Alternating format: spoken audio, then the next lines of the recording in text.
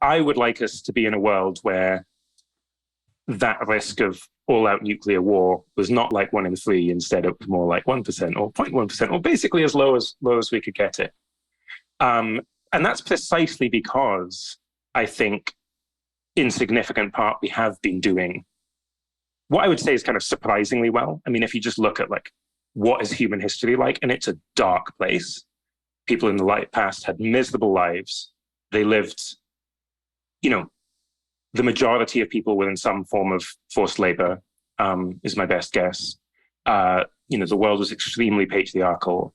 It was an enormous amount of suffering and ill health. So I guess I kind of agree that like there's a certain set of culture and institutions combined with innovation that's like going pretty well.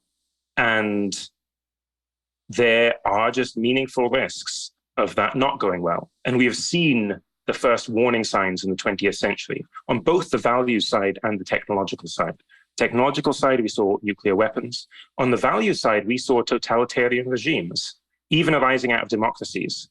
And, I think it would be very unlikely that the Nazis won World War II, given how history actually was. But, it's not a crazy, it's not crazy to imagine a rerole of history such that actually it was Nazi fascist values that took over, that they were successful in establishing a 1,000-year regime. And again, if it were you and I looking at that world, I don't think we would be saying like, oh, well, things are going well. So I just want to reduce those risks down.